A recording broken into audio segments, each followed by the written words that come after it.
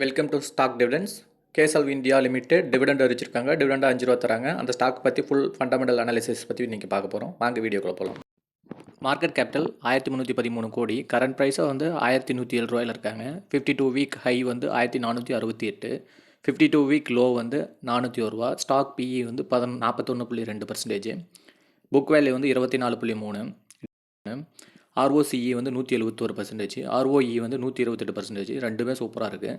Face value 10, dividend ஈல்டாக 2.11% தரேன்.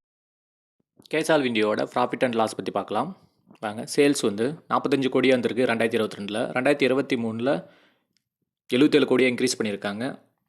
Operating profit வந்து 2022 20 கோடியாக இருந்திருக்கு. அதை வந்து 2023 33 கோடியாக இன்க்ரீஸ் பண்ணியிருக்காங்க. நெட் ப்ராஃபிட்டில் 2022 20 கோடியாக இருந்திருக்கு. 2023 33 கோடியாக இன்க்ரீஸ் பண்ணியிருக்காங்க. இந்த மாதிரி வளர்ந்து வர கம்பெனியில் தான் பொதுவாக இன்வெஸ்ட் பண்ணணும். அப்போ தான் நாமளும் க்ரோத் ஆக முடியும். நம்ம சேனலை மறக்காமல் சப்ஸ்கிரைப் பண்ணுங்கள். நீங்கள் கொடுக்குற ஆதரவுனால தான் நாங்கள் மேலும் வீடியோ போகிறதுக்கு கொஞ்சம் உறுதுணையாக இருக்கும்.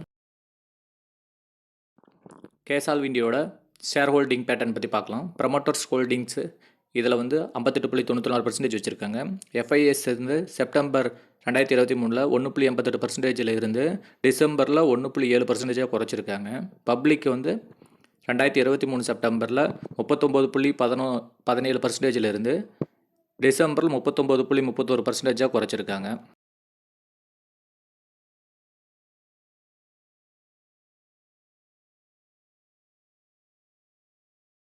கேஎஸ்எல்வி இந்தியாவோட சேல்ஸ் குரோத்தை பற்றி பார்க்கலாம்.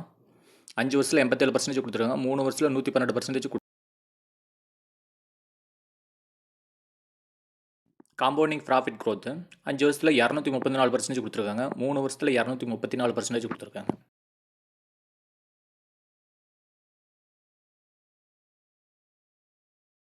கேஎஸ்எல்வி இந்தியா ஸ்டாக் ப்ரைஸ் சிஏஜிஆர் 3 வருஷத்தில் 129% ரிட்டர்ன் கொடுத்து